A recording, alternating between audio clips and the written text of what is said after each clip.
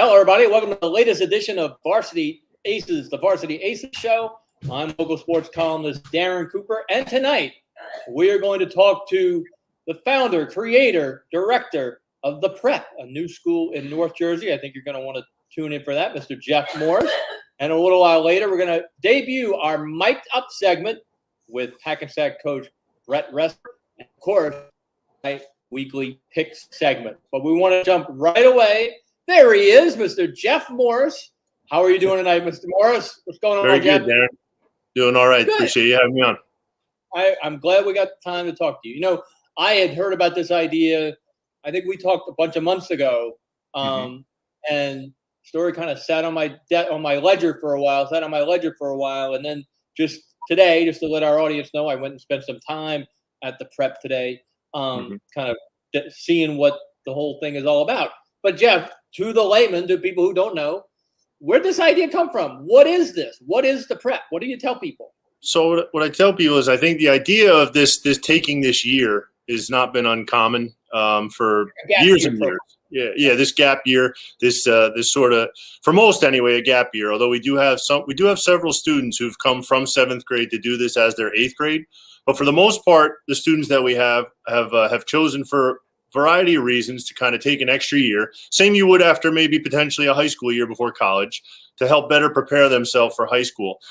In the past, when they were a little young or a little not ready or emotionally a little not mature enough, you didn't have a ton of options. You know, typically you might finish 8th grade in a public school and try to find a private grammar school to take you for another 8th grade. Some area high schools have an 8th grade program that, you know, it's kind of known for taking students for that extra year.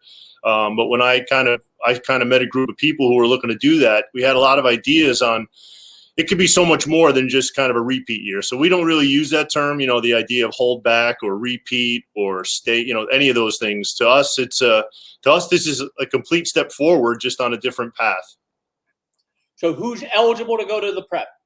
Pretty much anyone that wants to take 8th grade. Like I said, for the most part, the students that come to us have completed 8th grade. But again, with our academic curriculum, as well as the other pieces that we put together, and I would say that our curriculum would hold up against any 8th grade middle school curriculum. Okay, so how many years is this now, Jeff? Is this the second year? This is our first year in this new location. So I've been running the program for 3 years prior, and this is our first year with our 2 classrooms in this new location. These new locations, yep. And how many kids do we have? This year we have 2 full classes of 16. Did you have to turn people away? I mean, it actually did get to that point. I think the interest peaked for a number of reasons. I think kind of what we've been trying to do for kids, word's gotten out. Again, like, you know, typically maybe there was a little bit of, I don't want to say a stigma, but placed on the idea of this year, you know, a holdback, or I'm just doing this for athletic purposes. And yes, you know, most of the students that we have in our program, they're student athletes. But we have a kind of comprehensive program where we look at each student as, in a way, sort of like a three-piece pie, where they have some set of academic needs that they come for us for. So we have all academic programs, certified experienced teachers. I myself am a certified experienced math teacher. I'm a certified principal. So we have a robust curriculum in that way. Our science class is forensics class taught by a longtime high school teacher. We have a healthy living and nutrition course. I wrote our social studies curriculum. So the academic piece is robust. There's obviously a physical piece to it, so our kids train. We're thrilled to have our athletic director, Mike Wadango from Freak Strength. He oversees our program, writes our curriculum as it relates to the physical training aspect and the speed and conditioning. And then we have a whole personal development side, because, you want to get bigger and faster, you want to become a better student, but what else do you need? And I thought a lot about myself, graduating high school as a 17-year-old. I thought about my older kids going off to college and some of the tools that they could have had, in their toolkit of life to help them better cope with that next step. So our personal development program focuses on giving them lessons that will serve them to become a more responsible young adult, more responsible, better member of the community, perhaps a better brother or sister, better citizen. So to that end, they're kind of completing all sorts of personal development activities. I think we talked about a little bit today, some of the lessons that they do. They might be tutoring a sibling. They might be doing household chores at home, cooking with the family. They might be sharing a poem. Some of them wake up, they make their bed and they clean up their room and they take a picture. It's called Win the Morning. So all those things they're kind of turning in over the course of the year. And then in addition to that, our classroom personal development consists of weekly lessons with a focus. So decision making, we talk about Ohio State's kind of like above the line philosophy about how you want to have traits that you want to embody above a line and traits below the line and traits you want to avoid below. And we talk about staying above the line all year. We do some mindfulness and gratitude lessons, leadership, those type things. I'm curious. You mentioned the curriculum. Who created these different curriculums for math and social studies? The core. What do we call it? Common Core? Core, if you will. Yeah. So the language arts curriculum we've kind of written together. We have a consultant from the William Patterson, the librarian from William Patterson helps consult with our language arts curriculum. So myself as an experienced teacher and along with our language arts teacher, we've kind of developed anything. And what we want to focus on, and specifically in language arts, is a love of reading, a focus on writing of all types. So we'll do formal writing, informal writing, and then grammar and vocabulary. So sort of those fundamental skills, again, that particularly this past year, seem to have taken a little bit of a step back. Our science teacher is a longtime certified high school teacher at Passaic Tech, actually, and she's brought her kind of curriculum, forensics and biology. What I didn't want to do with our curriculum was offer things that they had. Like, you don't need 8th grade earth science again, or you don't need something that you've either had or are going to have. So I wrote our social studies curriculum. That's our career, culture, and current events. We spend a lot of time on these Friday enrichment days going out and meeting people in different careers, interviewing them about what they do and how they got into what they did, hoping that something might stir somebody, one of our students, about what they might want to be someday. Do you get grades? Can you fail? Oh, you can, and I talk about, and coming in, sometimes there's the expectation though, I'm just kind of, this is kind of a bonus year, but, to the degree that my reputation's on the line, we have a quarterly report, we have transcripts. I've developed a reputation with the area parochial schools. Most of our students do have an intention to apply to them, although not all. Of the 75 students or so that I'll have had after this year, I would say 90%. Some do go back to district, but I've developed a reputation so that if I'm going to send a report or a transcript or a student on to one of the area, Don Bosco or Bergen or Joe's or DePaul, with our name on it, that has to have to hold some weight. So you can not do well. What is a typical day like? We follow sort of a college type schedule. So, for example, today, you came in first thing this morning. We had our social studies. And what we were doing with our social studies, we were talking a little bit about our last visit from Friday, where we had a nice tour of the Bergen County Jail. We had a presentation from Lieutenant Amy, the officer in charge of the Bergen County Police Academy. And then we had a tour from Officer Romero. So in that, we learned a lot about careers in law enforcement, what that entails, how that may or may not fit depending on the particulars or the things required to do that.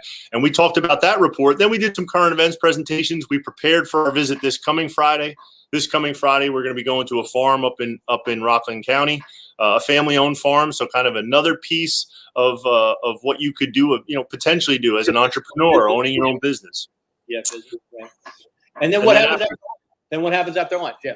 Yeah, after that, we actually had a math assessment today. So they took a math assessment on their Unit 2, which we've been preparing for. They had lunch. We had a visit from DePaul today. So all the area schools have been coming just to share information about their programs. We have a nice Q&A for the students to see, as they make their decisions and about schools they're going to apply to next year. And then they finished with a language arts class and then trained. So Monday through Thursday, they finished their day training. So that last bit is sort of like that phys ed, that physical training piece before dismissal.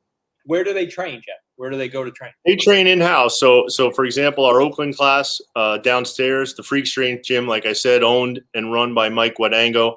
He's got a phenomenal group down there. If his resume speaks for itself. So they could be down there training with, at any time alongside an NBA player or an NFL player. So it's nice for our guys to be in that atmosphere to understand that, hey, if physically I want to get to that next level, here's kind of what it looks like and what it takes. It's been what's the biggest lesson you've taken away from the first 2 years doing this? I think really what I've learned a lot from my own students. The biggest lesson that I've had taken away is I think the need for this. I don't think it's necessarily something that should be limited to somebody that has, hey, I'm an athlete. The more I talk to people, families, and parents about what we're doing, the takeaway for me is like, here's some essential skills that anybody could really benefit from. So I think the biggest thing for me is that this year has extreme value, and I'm extremely privileged that families have trusted me with their kids for this year. I take that very, very seriously. Do we have to go through the Department of Education and be accredited and all that kind of stuff? Yeah, that's a good question. Actually, prior to high school, you don't. So for as far in the state's eyes, for the most part, the students that are with us are sort of taking the year to homeschool, and we're providing services to that end. Now, as it's kind of evolved, depending on where they're going next year, some of the schools that they're going to really regard us in a way as a private placement, but it does not require an accreditation. Although I'm looking into that. I'm actually looking into the idea of becoming an accredited institution. Do we have any girls, Mr. Jack? We have, not this year. I have had girls, and we do have girls who've expressed interest. It seems to kind of skew a little more towards the males than the females, probably for a variety of reasons. But we're absolutely open and welcome to everybody. What's the circumference where the kids are coming from? How far away are they? Yeah, we have a pretty good circumference. I'd say, we have a student from as far as West Point that comes to us this year. And then we have students from Dumont and Wayne and down that way, Washington Township. So the radius is pretty big. And that, I think that also plays into the advantage of having the technology in place the way we do, and which you were able to see today. So, we have Google conferencing hardware and cameras in all our facilities. So if for some reason you wake up and it's just too hard for mom or dad or whoever it is to kind of get you to class, you can kind of join us for that day and not really miss out on anything. Jeff, how do you answer the question about these are just kids looking to gain athletic advantage a year ahead? Now they're an 18-year-old senior, hypothetically, or what? Do you think that's a fair assessment? Well, I think you really got to look at it as, what we're doing. I mean, by that same token, many families, including my own, my youngest son, many families held their son maybe before daughter before kindergarten.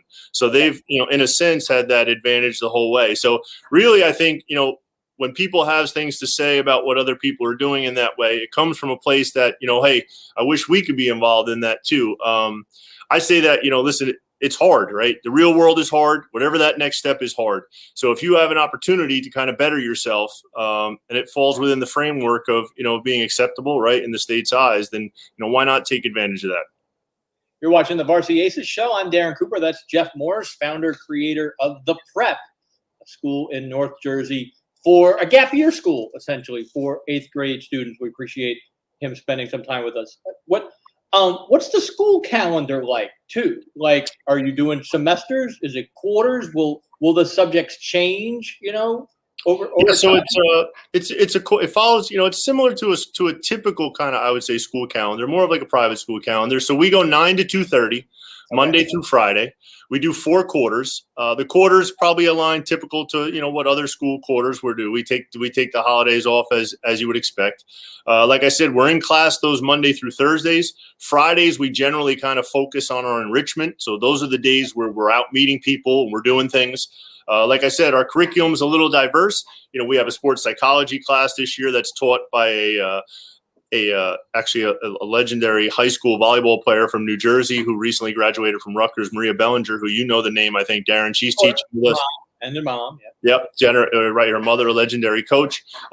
We have a healthy living nutrition course, which is taught by a registered dietitian who's also been an adjunct professor in college, who also is my younger sister, Heather. So it's robust, and we're actually excited that you're potentially going to kind of now this year kind of help introduce some sports journalism and some of those topics that you think would also kind of benefit student athletes as they kind of get to that next level of their academic career. I would be very interested.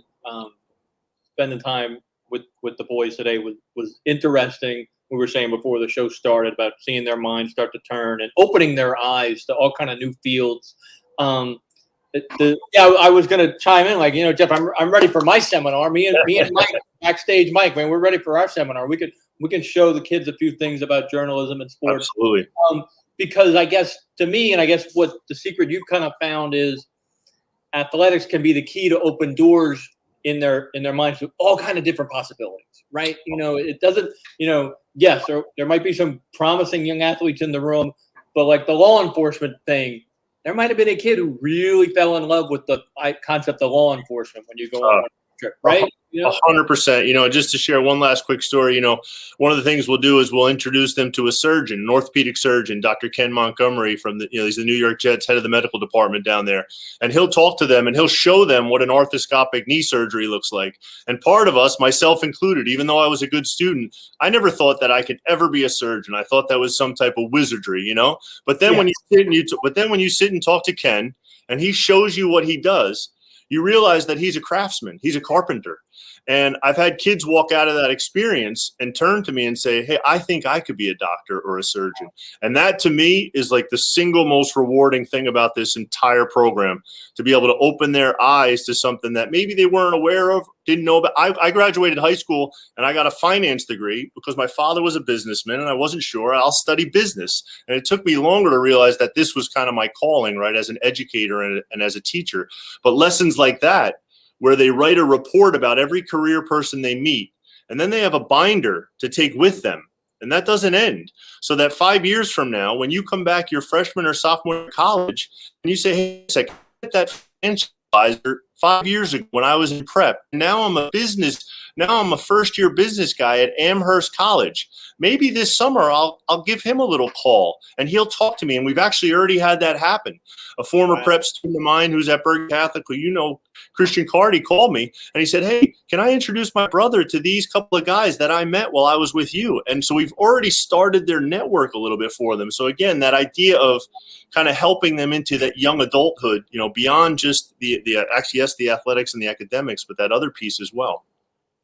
Well, Jeff, it's a fascinating concept. I am intrigued on a lot of different levels about what you've done and what you're trying to do. It's interesting. It's a cool idea. It's a cool idea. So I really appreciate your time, Jeff. It was good hanging out with you this morning. Thank you for hanging in here all day and then spending some time with me tonight. Hey, I really appreciate it. Again, you're welcome anytime. I look forward to talking to you some more. We're going to be holding orientations, for these next couple of weeks, because already people are thinking about the prep class of 2023.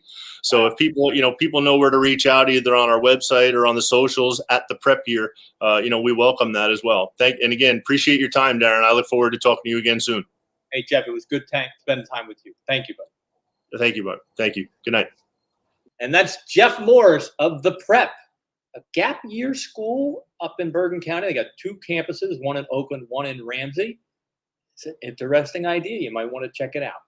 All right, for now, we want you to check out our latest and greatest mic'd up segment as our one and only Mike Pedagano, executive producer to the Stars, digital producer for the Stars, to the Stars, spent some time with Hackensack coach Brett Ressler the other day as the Comets took on Passaic County Tech. Let's see what Brett had to say. Hostile territory. Hostile territory. Here's what it's all about. Friday Night Lights. Let's go. Let's go. Let's go. Let's go. Family in the face of adversity. That's what you got tonight. Go out there and prove everybody wrong. Hackensack versus everybody, just like always. Hey, win on me. Win on 3. Ready? 1, 2, 3. Win! Get the going. Get the going. Get the going. Yeah, baby. Hey, it's fine. It's fine. We're pounding them, baby. No, that's it. We're pounding them, baby. We got 3. We got 4 tries. 17 because I just, bro. Okay. Come on. Get in there, young blood. Yeah! Woo-hoo! Woo! 1. Yeah, baby. That's Hackensack football. That's how you shut the crowd up. Nice job. Take him out of it. This is a fist fight now. Be smart. We're better than that.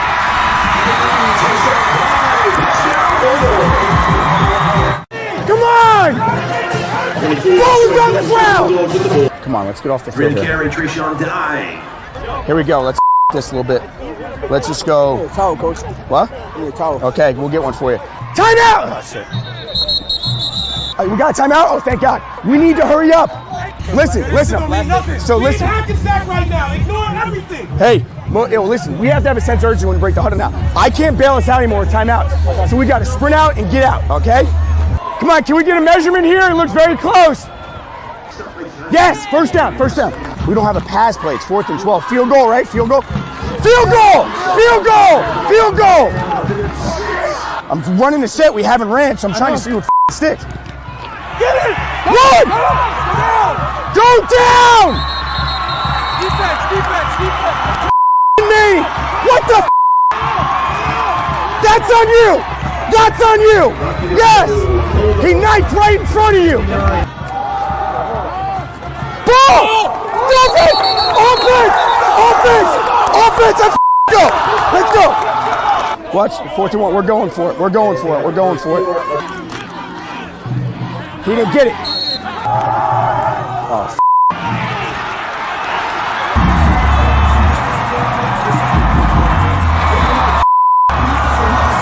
Hey! NASCAR! Stay down! NASCAR! We did kill. We gotta know the clock. Man, he can move, man. He's shifty as shit. We can't get a clean hit on him. Nice job, Shaw. Touchdown, baby. Good roll. Great job. It's 4th and 9, bro. It's 4th and 9. Nobody blocked. On 0-18. I can get it, coach. Okay, no. Relax. Hey, we're playing good defense. We got to stop. We're going to get the ball back. We don't have anything, man. We're down on personnel. We don't have Grant in. I don't know, man. I'm just trying to manage the score at this point, you know? Trying to not get us embarrassed. We missed our shot. That last drive was huge, and we couldn't. I should have. We don't have a fake. Nice job, Shaw. Score, young boy! Touchdown! Oh, come on, man. You want to run a play? I don't want to get anybody hurt because it's getting chippy. What you did in a matter of basically 36 hours, installing a whole new offense and running the ball like we did and doing exactly how we planned the first drive, that's something to fucking be proud of. Go! Let's go! Come on! Go. Hey, family on 3, family on me. Ready? 1, 2, 3, family! Oh boy, another awesome mic'd up segment done by the one and only Mike Pedagano. Our thanks for Hackensack for letting us in and giving us behind the scenes look at their program and Coach Ressler. But I know what you're here for, though. I know what you want to see. It's time for my pick segment this week, picking 5 games here in week 8. And even though it's technically not playoff time, it kind of is playoff time in the NJIC. That's our small school league of Group 1 and 2 schools. They've really put together a nice program now every year. I look forward to the NJIC semifinals and finals. So the first semifinal, Friday night, Waldwick Midland Park at Rutherford. Now, the Bulldogs lost their season opener to Hasbrook Heights, while Waldwick, the job they've done over at Waldwick Midland Park is really fantastic. They have dominated that division for a few years. To me, looking at this game, both teams are pretty similar. We're going to talk a lot about that this week. They're both not going to change what they're going to do, so it's going to be close, going to be low scoring, I think. I'm going to give a slight edge to Rutherford at home. I like quarterback Van Weber and Pat Cerulli. I think they scored just enough points.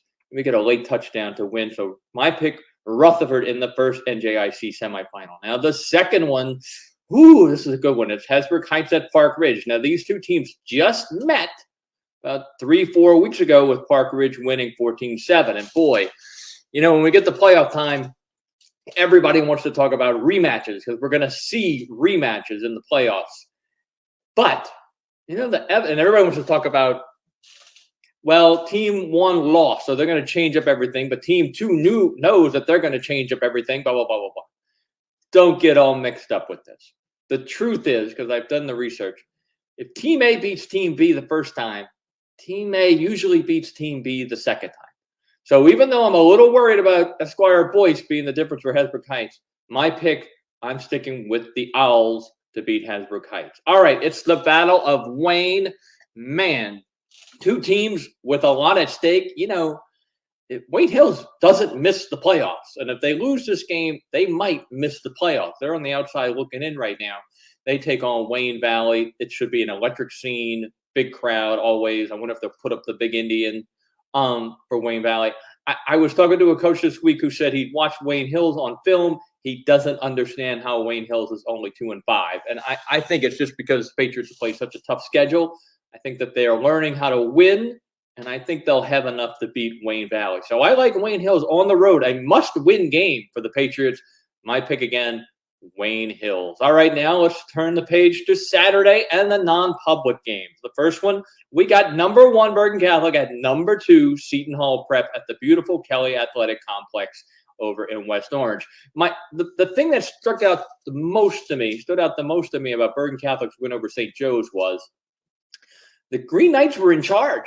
It was 10-0. They were running the ball. Bergen Catholic looked a little off offensively. But did Bergen Catholic worry? Did they panic? Did they press the panic button and start doing things they couldn't do? They didn't. That was a real sign of a mature team. Real impressed with that by the Crusaders. It's going to be a tough one. It wouldn't surprise me if this one's close in the fourth quarter, but my pick has to be Bergen Catholic. The Crusaders be 8-0. Is it time to start thinking about them running the table? It hasn't happened in a long time. The last team to run the table is our last game of the week. Don Bosco Prep at St. Joe's on Saturday. Bosco was undefeated in 2011. They're the last Big Six team to go undefeated. You know, these two teams, they don't like each other, okay? They don't like each other. It's okay. But they do respect each other. They don't like each other, though, because they're exactly the same. I've seen these two teams up close and personal. They're the same teams. Then they only know one way to play hard and try to go through you to win the game. So, to be honest, the part of me was like, I think this is going to be a tie. 10-10. Let's call it a tie. But you don't want to see a tie. I don't want to see a tie. I don't want to predict a tie. So I'm going to pick Don Bosco Prep, maybe in overtime. Bosco's got a good kicker. I think his name is Donnelly. Bosco's got a good kicker, so I think the Ironmen play a little bit better, get some plays from Nick Minicucci, and prevail in the end. And so that'll wrap up our pick segment, and that will wrap up the Varsity Aces show for this week. I want to thank our guest, Jeff Morris from the Prep. Really interesting program he's got going on. Great piece, the mic'd up piece with Brett Ressler and Hackensack football. For all of us at the Varsity Aces show, thank you so much for watching. Remember, let the players play, the coaches coach, and the officials officiate. And let the Varsity Aces tell you what you need to know. Goodbye, everybody.